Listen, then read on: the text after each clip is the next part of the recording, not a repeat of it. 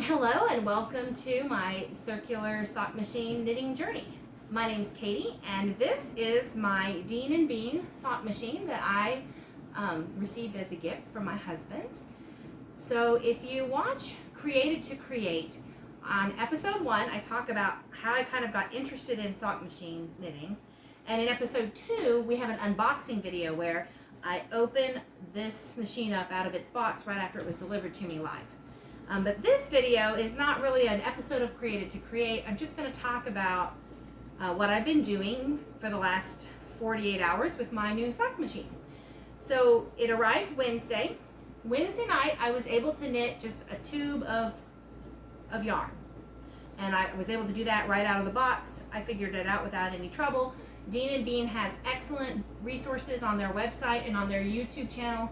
I will say that when you're unboxing it, it's a little overwhelming because there's just, especially since I ordered the kitchen sink package, there's just so much stuff. And it kind of felt a little panicky for a second because all that comes in the box is a packing list and a QR code. But I have done my homework. I have watched all the videos and read all the blog posts on Dean & Bean's website, and I didn't have any trouble at all getting started. In fact, I love my machine. I think in the episode 2 of Created to Create, we're actually at my mother's house, but this is my house. This is where my machine will probably be anytime I crank. So this is just the corner of my desk. I work from home. I am a homeschool mom, and my desk is actually in the breakfast nook of my kitchen. It's just a regular old L-shaped office desk, and it's very, very heavy and sturdy, and my machine clamps to it and doesn't move at all. It's actually at a good height. I haven't felt the need to have a desk that raises and lowers. I've done just fine with it just the way it is. One thing I did do is my husband gave me this heavy duty clamp here, as well as a clamp that looks like this that I clamped on the back corner. So these two clamps I replaced, and then this front corner has the 3D printed clamp that came with the machine. The machine 3D printed clamps, they work well, but these are just a little more secure. I like them a little better, so that's why I replaced them. And then I also, the machine comes with a Dean & Bean light. It just clips onto your yarn mask like this. It's actually a really good little light. It's very bright, but it does run out of battery pretty quickly, and I don't have a cord long enough to plug it in. My plug is way over there. So I bought this round light here. I like it because I can position it wherever I need it to be. Usually when I've been using the machine, I just thread the yarn through the light. It's been wonderful. I really like this little light. But the one that came with the machine, there was nothing at all wrong with it. It's bright and it works really well. So far I knit that tube on Wednesday. Then on Thursday, I decided to make some gauge swatches. So I have 7 different sized cylinders, and the 60 cylinder was what was on my machine when it came. So the first swatch that I knit was a 60 cylinder swatch. And so what I did was I did a 30 row hung hem, a 50 row tube, and then a 30 row hung hem. Now I have not touched a circular sock machine prior to receiving mine in the mail on Wednesday. This is the first thing I have ever done. I was able to do this the second day of having it just by watching the Dean & Bean videos on YouTube and reading their instructions. So I was really happy. I did that on Thursday. And I was on a roll, so I also did a 48 count swatch and a 54 count swatch. That was yesterday on Thursday. Today's Friday, July 1st, and today so far I have done a 64 count swatch. So I have, it's really been interesting to see how different they are just from changing the cylinder. Now the tension for my V-cam did get changed a little for some of them because I was fiddling with it. So it would have been a better experiment probably if I had left that alone. But I did change that. But either way, I've been able to knit on all of them. I have the 72 count cylinder in here, and in a little bit that's what I'm going to be showing you. I'm going to knit a 72 cylinder swatch just like this from start to finish and record it. And put it in part of this video. So this is my setup bonnet. Because I have the kitchen sink package, it came with all of the cylinders, all of the river information and dial, and setup bonnets. I have not used the river attachment Dean and Bean's gonna have a Zoom class on river, using the river dials and things, so I'm gonna wait and do that with that. I haven't tried to make any heels or toes because my heel fork arrived broken on my mast, but I've already contacted Dean and Bean and they've already let me know that they're gonna send out a replacement part, so that's not a problem. All in all, I have really been enjoying this machine, and I'm excited to get started with the 72 count gauge swatch.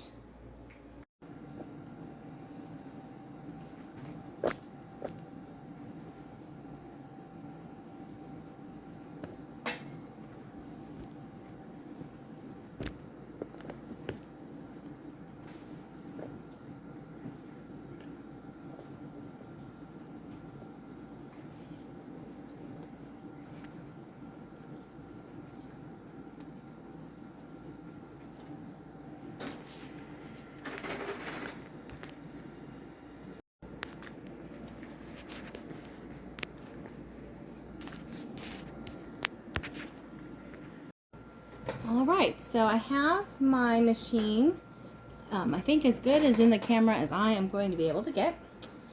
And if you look at my cylinder, you'll see that there's some fins that are marked. So this black mark was on there, put on there by Dean and Bean. That is showing me where the beginning of the round is. The red marks are called target marks. This blue mark is the halfway point, and the green marks are for wedge heels. So Dean and Bean has a PDF on their website that shows you how to mark all of their cylinders, so you don't have to be guessing or anything like that. The first thing we're going to do is we're going to get our setup bonnet on our machine, and I'm going to use this tool. I'm not sure which one's the loom tool and which one's the pick tool, but I have liked this one. They look pretty similar. Oh, actually I want this one. I like the one that looks a little shorter. That's the one I've been using. So we're going to go with that. Now, you're going to put your setup bonnet into the cylinder. I'm going to try not to bump the camera, so I apologize in advance if I do. And you're going to start with the first hook after the main mark. So that would be the one if you're facing the outside of the cylinder to the right. And then you're going to put a ring on every other needle as far as you can go. You won't be able to go the whole way around, of course, because the needles that are in work over here, you know, are not up.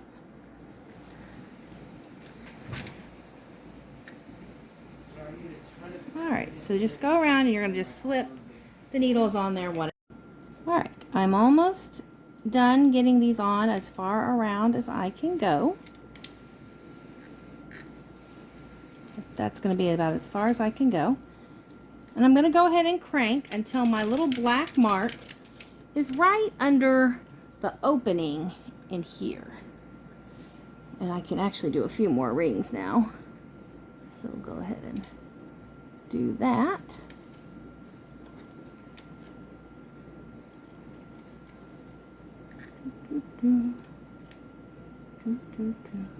Alright, so just a few that I can't get to, that's okay.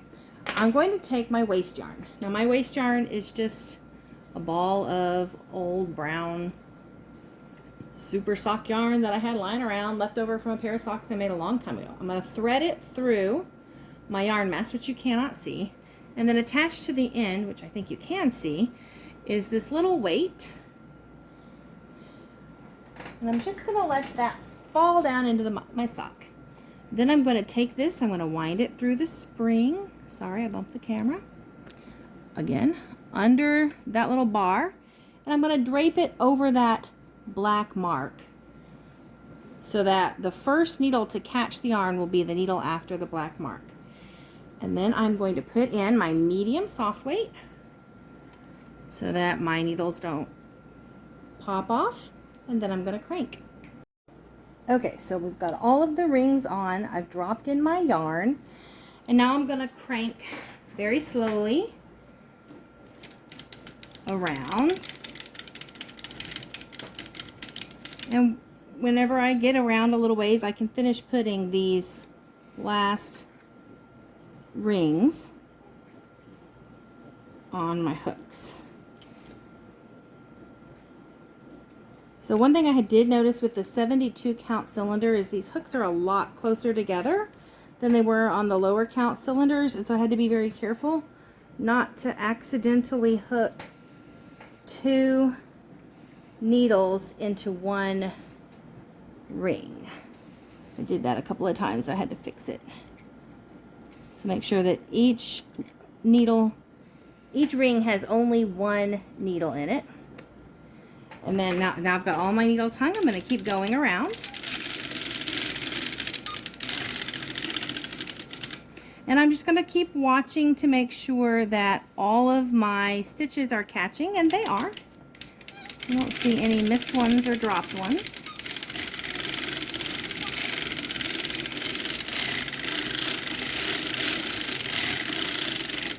And I'm just going to crank this until I run out of waste yarn.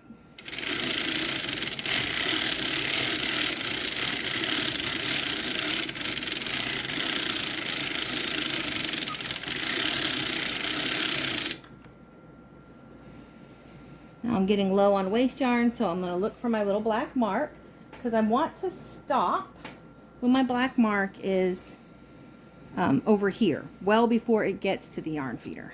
So there's my blue mark, that's my halfway mark, and here's my black mark. So this is a good place to stop and get my project yarn ready. So my project yarn is just the same white yarn I was using before. I'm gonna take this out of my yarn mast. I'm still gonna leave it here because I'm going to very slowly continue to crank around just until that black line is right there at the slit again. So there it is. So what I want to have happen is this needle that's to the right of the black mark when you're looking at the outside, it's going to be the last needle to catch the waste yarn, and the first needle also to catch the project yarn. So I'm going to go ahead and thread my project yarn here. Bring this all the way out from under there. I'm going to go actually a little bit further so that I catch the first one after with this yarn. Oh, you know what? I'm actually skipping a step. So we're not actually going to use our project yarn yet. We're going to use our ravel cord. See, I've made 4 of these, but I'm still learning. But there, I caught my mistake. So I'm sorry, not the project yarn. We're going to do 1 row of ravel cord first. So nothing is different about how I set this up. It's just we're going to use this green cord instead of the white yarn, project yarn. So I'm going to put it in the little spring loader, slide it under the little bar, bring it down through this hook, and it's going to go on the other side of the same hook where my waste yarn's coming out of. And I'm going to grab one of these little weights here, and I'm going to go ahead and clamp these 2 together.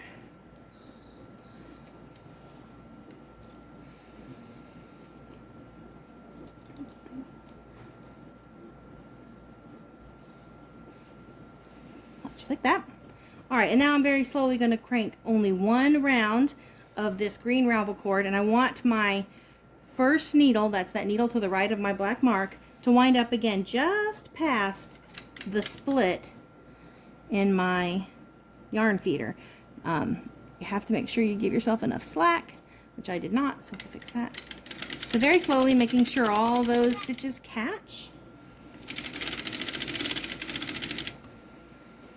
And I'm back around, and now I have that first needle is going to go ahead and catch the green ravel cord, so I'm going to take it out of its little yarn feeder here. It's going to be on the, it's caught on something here.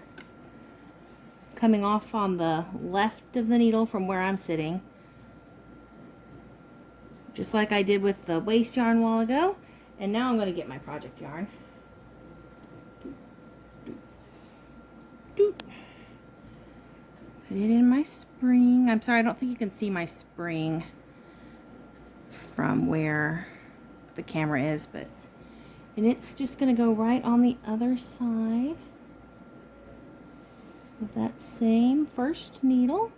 And now I'm going to redo my clamp so it holds everything. Ooh. Probably a little further down.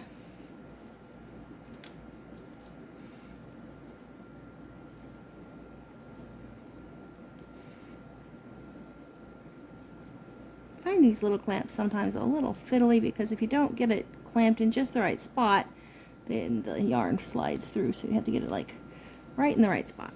Make sure all my ends are poked down. Everything looks right. Now I am also going to set my project yarn down on my floor beside and behind my yarn mast because I just find it works better than on the table directly behind my yarn mast. So it's down on the floor behind. Now I'm also going to turn on my row counter, which you can't see in this video, and I will start cranking. I'm actually going to go ahead and move the camera so you can see a little better. Alright, so here you can see how my yarn is around the needles there. And here's my row counter, which we're going to turn on.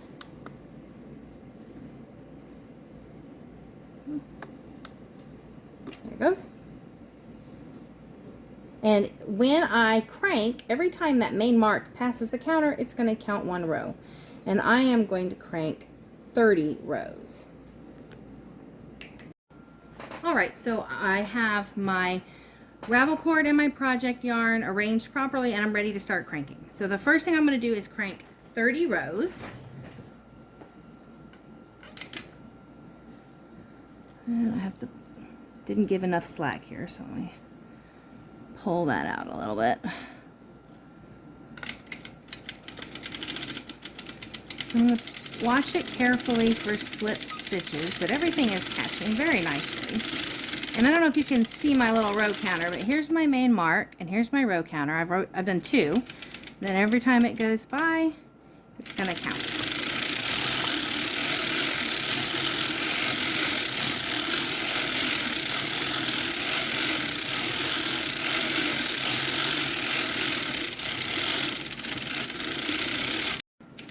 Alright, so I skipped a few rows in there, but I'm at 28, 29,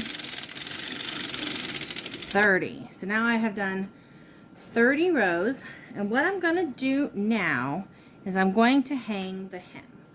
So I'm going to get my starting mark here where I can kind of see it. I'm going to hold the bottom, and I'm going to very, very carefully remove my weight. Got my weight out. And then, so what I'm going to do is I'm going to pick up the inside of this tube and pull it out and hook the first row onto these onto these needles with the live stitches. And I ought to be very, very careful because I don't want to pop any stitches off when I do this. So I'm actually going to lift up some of these needles. I'll have to push them back down in a minute, but I've had trouble with the 72 cylinder with my needles popping off during this step, so I'm gonna try to prevent that. We shall see how that goes. So I'm looking for this green right here.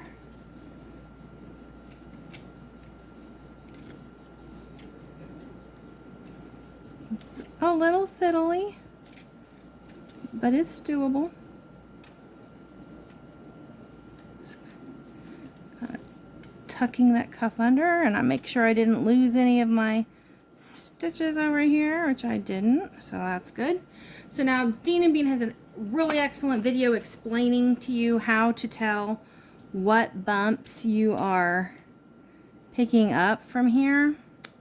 Such a great video, and I am not going to try to explain it to you. I'm just going to do it, and if you don't understand what I'm doing, then I highly recommend the Dean and Bean videos. I used to learn this. They're scarf crank along video is what I used actually. Because basically I'm making a very, very short scarf. I'm basically following that exact set of instructions. But you can see I am going to pick up all of these little bumps all the way around and tuck them onto the needle so that when you go and knit the next row, that would be row 31, it's going to knit both of these together and cause a little folded over cuff. Now remember, I picked some of these up so I wouldn't lose my stitches while I was pulling that up because I've had some trouble with that. Eventually, you can guess, I'm going to have to crank around so I can do all of these stitches. Remember, I don't want to do anything in front of this row because this is still row 29 right here.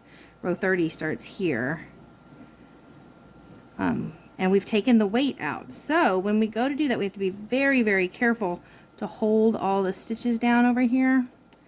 Otherwise, they will pop off, which is not very fun to fix, as I'm sure you can imagine. My yarn is kind of splitty. You can see here I've split this yarn, so I have to be careful when I'm working with it not to do that. I also have to be careful not to pick up my, so let's see. Make sure you're just grabbing what you want to grab and not anything extra or less than that.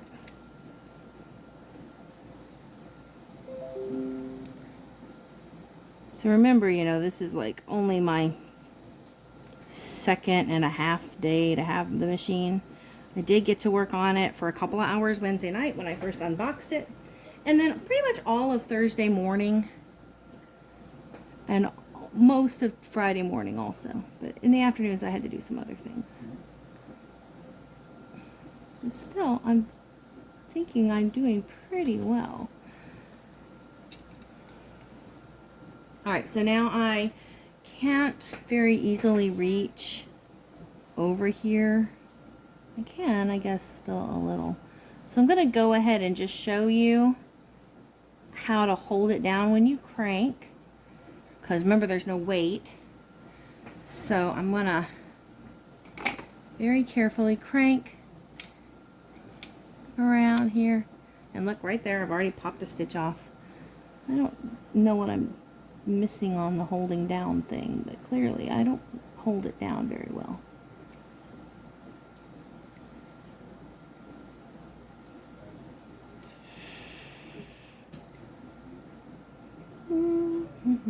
Get back on there.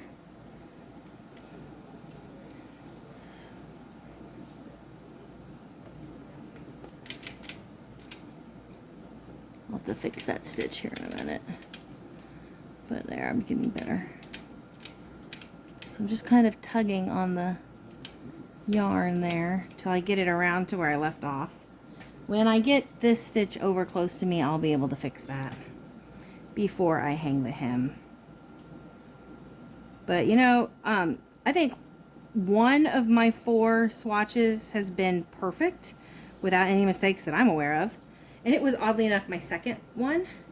The other 3 have all had mistakes. Sometimes I caught them like before I was done, and on some of them I had live stitches poking out in weird places. So I don't know how I did that. I just tied the stitches down and moved on. Even in my hand knitting, I make mistakes sometimes, drop a stitch and don't realize it. Drives me nuts, but it's just the way things are. So I'm just going to keep doing this, and I'll come back when I have all of the stitches hung on the hem. Alright, so I've nearly picked up all of these hem stitches. I'm almost back to where I started. And once I get back to where I started, I can pick up my soft weight and stick it back inside and continue cranking. Whoops, I don't know, didn't want to go on there.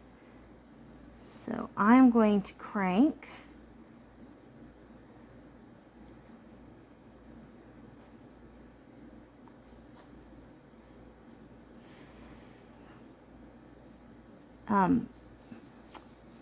well, I've done something wrong in here because I don't have another stitch. So we're just going to pick up something.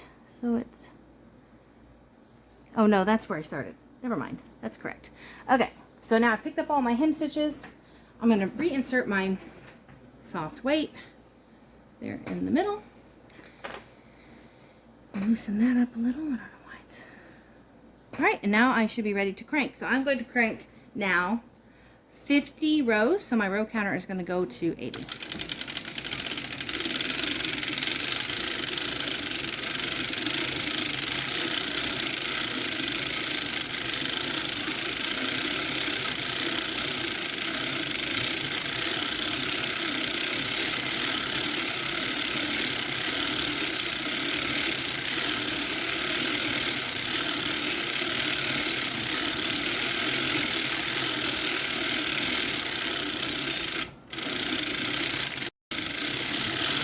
So there, we skipped a few rows. We're now at 73.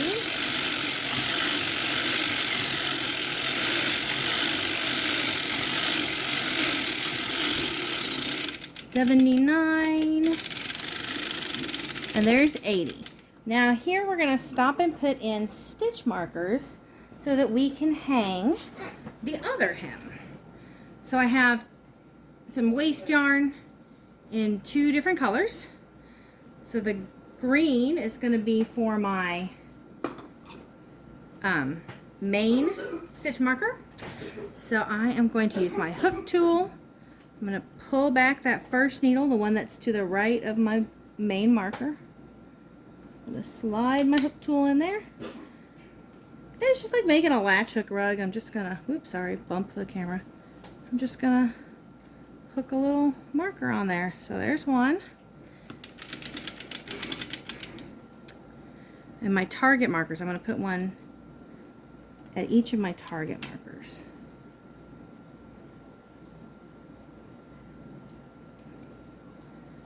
There's 2. Oop. 2.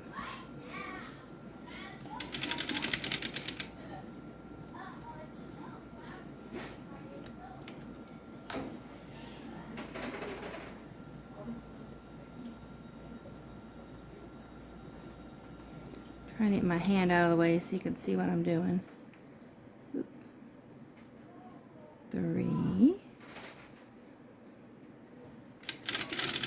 There's my halfway marker.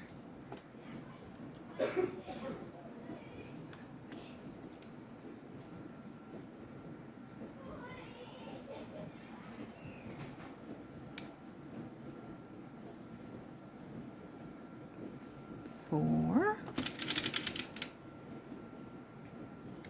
So these little markers are going to be really handy when we come to pick up the second hem. So we've done a 30 row hung hem, 50 rows of plain knitting, and now we're getting ready to do the the other side hung hem. So there, I've got all of my stitches marked. Now this was basically round 1 of my hem. So you can see I'm now at 81. So I'm going to continue now until I get to 110. That'll be 30 more rows. Always watching for any missed or dropped stitches because they're easier to fix if you catch them quickly.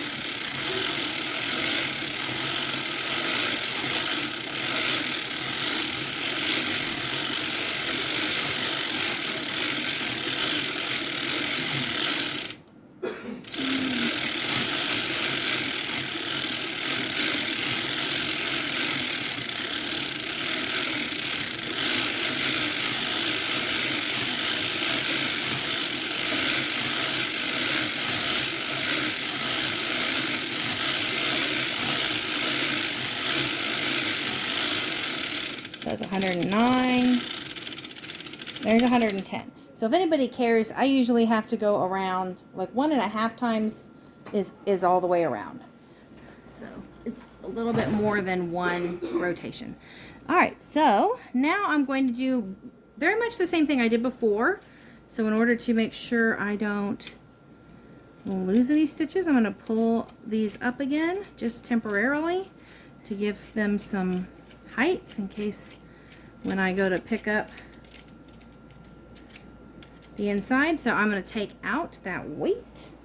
So I could have put the C-clamp on here, and that would, the weight wouldn't be so far in the bottom. I think if I do that, it makes the, I don't know if it makes a difference in the tension or not. I have done it on some of the tubes I've knit and not done it on others. This is the C-clamp. You just clamp it onto your tube underneath the cylinder, and then you can move the weight up a little higher.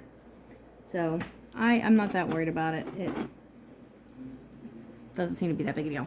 But I am now going to do that same kind of pulling up that I did before,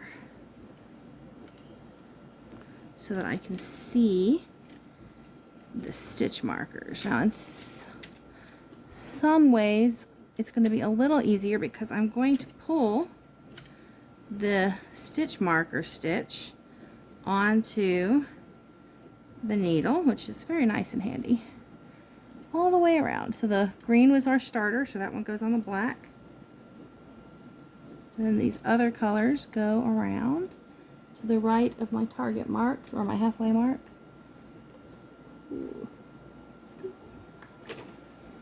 I may need to go around just a little bit more.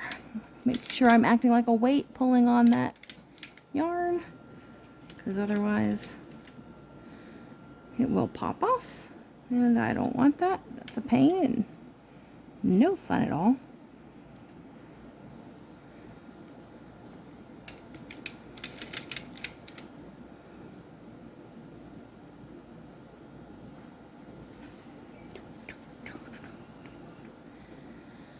Alright, now before I worry about this last stitch marker, I am going to go ahead and start hanging the hem so that I don't get my main marker all the way over here without hanging the stitches in between. And again, I am no pro at this. This is the 5th one I've done. So I definitely recommend you watch Dean and Bean for information on how to tell what you're picking up. I know what I'm picking up primarily because I've hand knit a lot of socks, and I kind of get what I'm looking for. But that's after I say that, now I can't find it. So go figure. I think it's this right here. Yeah, there it is.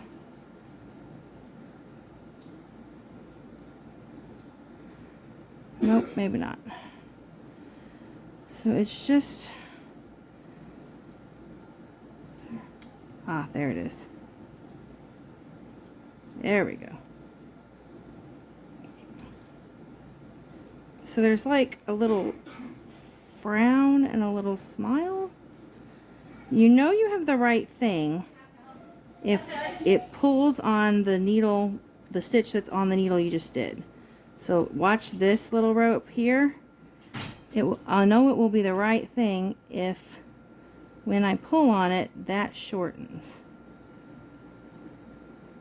So that's that one right there. Same thing here. This piece of string will shorten when I have the right loop. So I don't know if you can see this at all, but I am going to continue all the way around picking up these little bitty smiles and putting them on my machine till I get to here.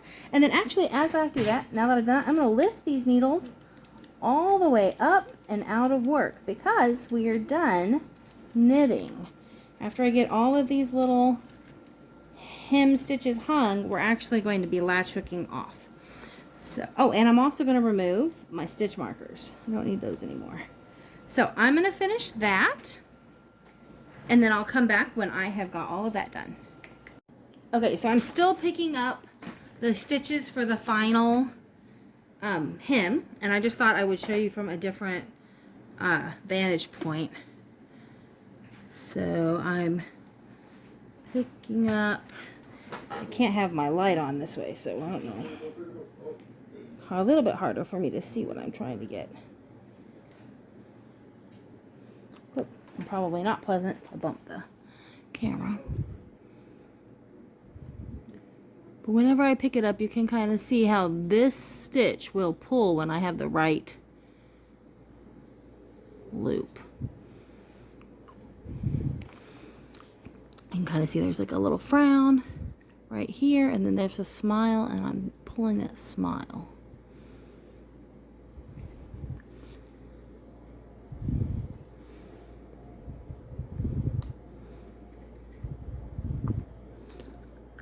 This one right there, same thing here. It pulled on this leg of this stitch, same thing. Then I'm going to lift all these up and out of play because I don't want to knit any more rows. I'm going to take off my stitch marker right here because I'm done with it. And I'm just going to keep going. And you can see now when I crank, all these needles are out of work, so it doesn't do anything. It just moves the cylinder so I can kind of get a better look at what I am doing.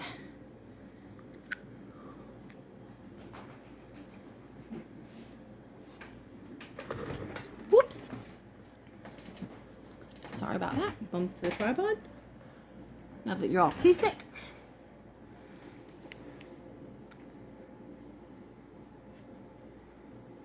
You see there, I picked that up, but nothing moved, so I get a clue that I didn't have the right thing.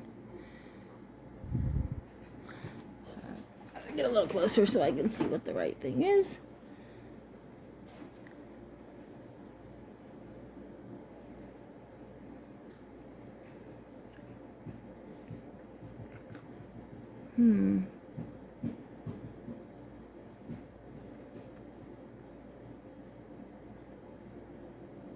There it is. So I always watch that leg because that will be my best indicator that I have the right hoop picked up.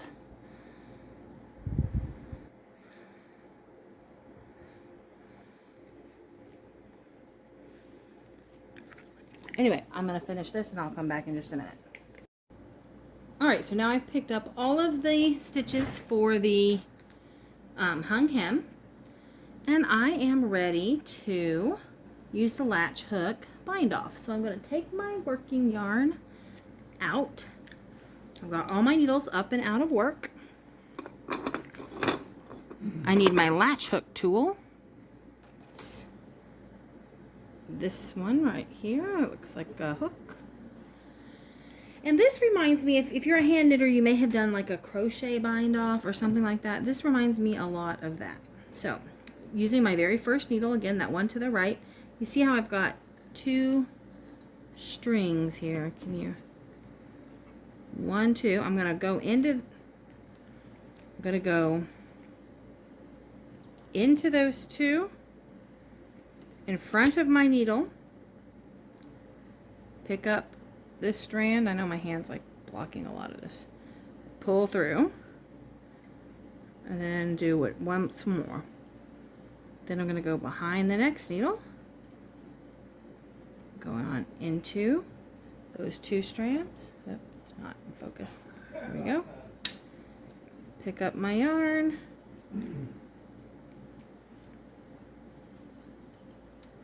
And I'm going to do this all the way around 72 times.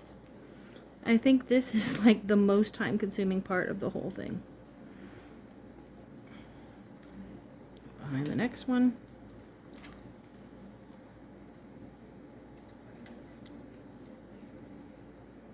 Into those two right there. Not sure I'm getting you the best look of... my hand's in the way. Sorry.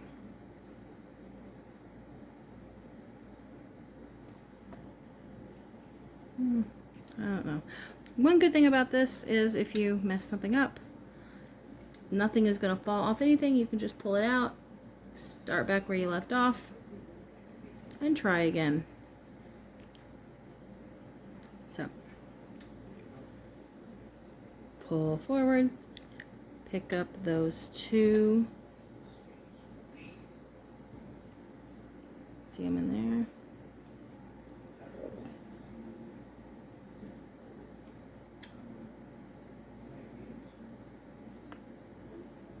Anyway, you're going to keep doing that all the way till you get to the end.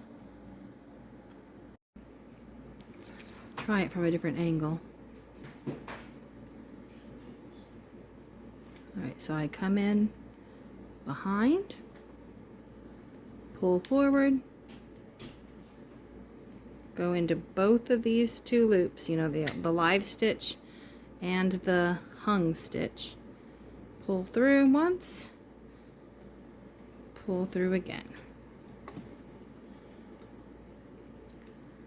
I usually make a big loop, come in behind the next needle. Nope, that's not the next needle. There's the next needle. Pull forward.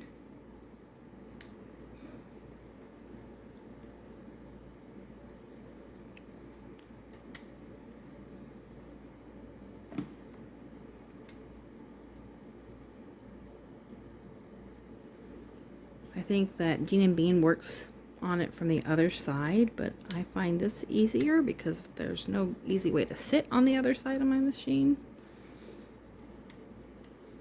So I work at it from here.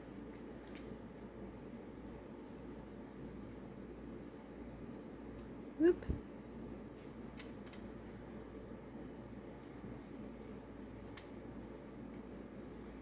I'm not really sure what I did there. That's kind of messy. I think it might just be really loose. I don't think it's wrong. It doesn't usually look like that. Kind of get into both of those there. Yep. Make sure my hook is in the right place. So there you can see it looks tidier here. This is the one I first tried to show you. I couldn't see what I was doing very well. I'm not sure that's exactly right.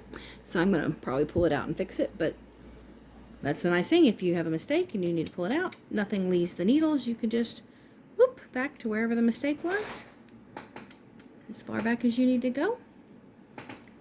Here I did, all the way back to my first needle. I can start all over and do it again. Doesn't hurt a thing.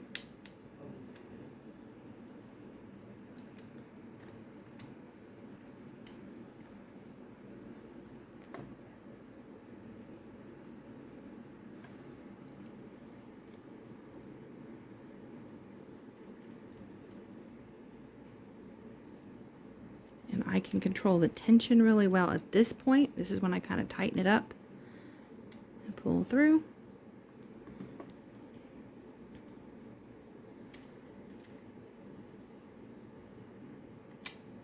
Tighten it up.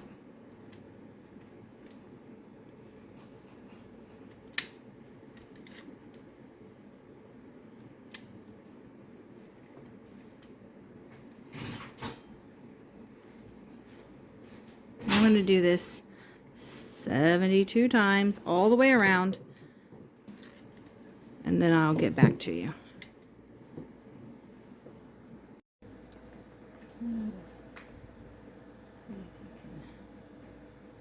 See what I'm doing here?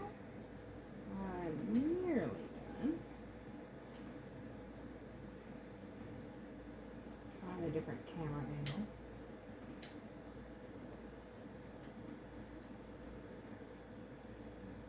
You know, this also reminds me of doing a provisional cast on, except instead of casting all the stitches onto one needle, it would be like casting on one stitch to 72 needles.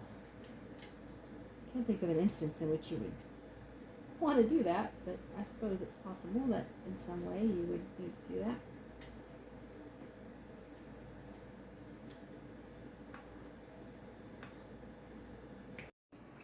Alright, I'm going to turn my light off so you can hopefully see a little better. But I have just a couple more stitches to do for my latch hook bind off.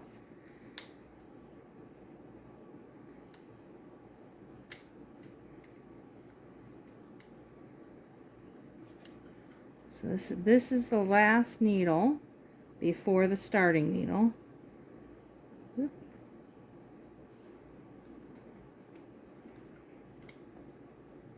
Then you're going to go ahead and do that starting needle one last time.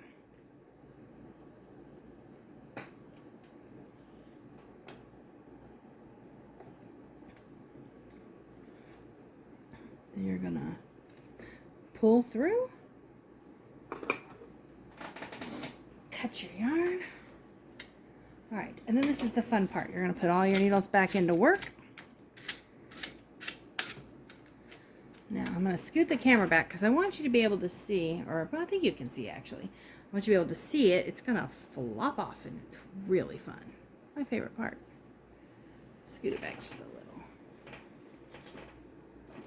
All right, then you're just going to go around, and as you come around, oh, well, his latch is stuck in the... There we go. As you come around, it's just gonna pop off the needles. Unless your latches are stuck. Maybe you should make sure all your latches are out of the way. Clearly I did not do that, and now they are not happy. Keep being stuck.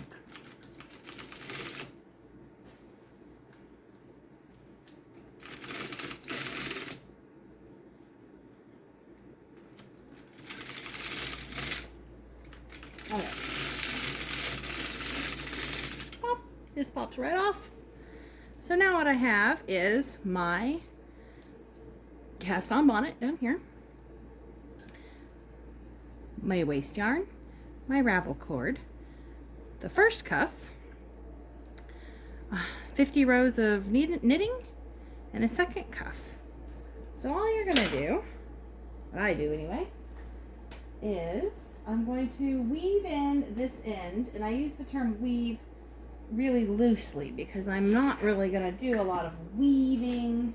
It's more like just thread it through the cuff. So you've made like a piece of double knitting on this cuff. Sorry, I'm looking for my needle. Here we go. It's like double knitting. You see it's stockinette on this side, and it's stockinette on that side. So all I do is take this tail, this kind of down here, where a little bit further down. There we go. Take this tail, I'm going to put it into my needle, and I am just going to run this through the seam and tie it off. And then I just run it through this tube, in between the two sides of the fabric, all the way around.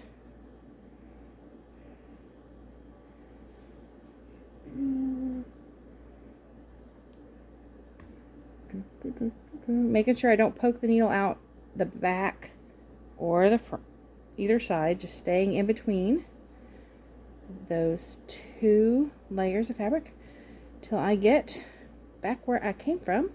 Then I do poke it out, I pull it out, then I just let it stretch out, and it hides right inside that cuff. And then I check my cuff because I have missed picking up a few of the stitches a couple of times, but it looks like I got all of them there. Now we need to get this end off of the setup bonnet, because as cute as my setup bonnet is, it doesn't need to stay there. So I'm just going to untie it. I'm going to turn it wrong side out so that I can see this green ravel cord. Take this weight off, and I am going to undo the first couple of green stitches. Usually just one or two is enough. Then I'm going to pull.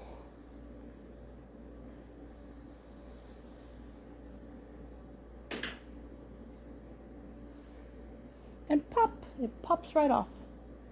There's a lot of really satisfying things in this, and that's another one of them. And then I could pull it back, and voila. Well, now I did twist. When we started, we twisted that ravel cord in with the waist yarn, so because of that I have a little bit of this caught, so I'm just going to uncatch it. All right, there. Now my knitting is off. Here's my bonnet and waist yarn. I'm going to pull. Oh, I'm going to actually do the exact same thing I did on the other end. I'm going to weave this short tail. Well, first I'm going to just tie it off a little, make sure I don't lose it somehow later.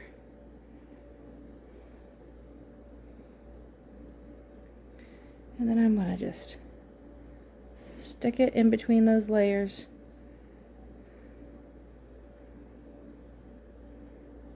All the way around. Careful not to poke out.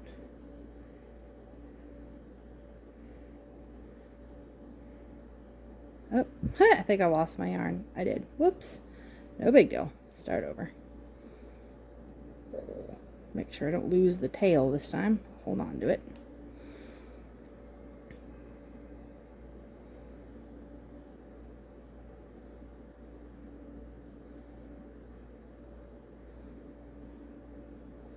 It's just like threading elastic through a waistband or a drawstring through a bag. Same exact thing. In fact, if I needed to make a knitted channel for a drawstring or something, this would be a really easy way to do that. So now I've got ideas of, whoop, so there, actually I pulled it out the wrong side, but that's okay. When I pull it tight, it goes inside. And I have my 72 stitch swatch, which actually is one of my better looking swatches, and it doesn't look like I dropped any stitches this time. So now I have 2 swatches without any mistakes in them that I can tell.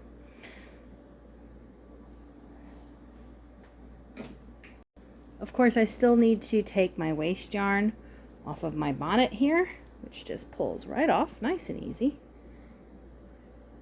Frog, frog, frog. Very fun. I've been just rolling this waist yarn back into a ball and reusing it. I actually have gone through 2 different sets of waist yarn now. I had a different one earlier today, but it made it through, I think, 2 of my projects before it had to go bye-bye. It had to be wasted. So I just roll this. It's just a little, I don't even know how many grams, maybe 5 grams. It's not, I don't even think it's that many. 2 grams. It's not a lot of yarn. It was just a ball of old yarn I had lying around. So I'll roll it back up. I'll tie my setup bonnet closed again because it's open right now. And then I'll be all ready to start my 2 tunnel cylinders tomorrow. All right, so if you've hung out with me this long and my really bad starts and stops haven't made you nauseous, then thank you for watching. This is what we made, and I did this. I've had, like I said, 2 days of practice, so the machine is pretty user friendly. There's lots of good resources, and I hope that you enjoyed yourself. Have a good day.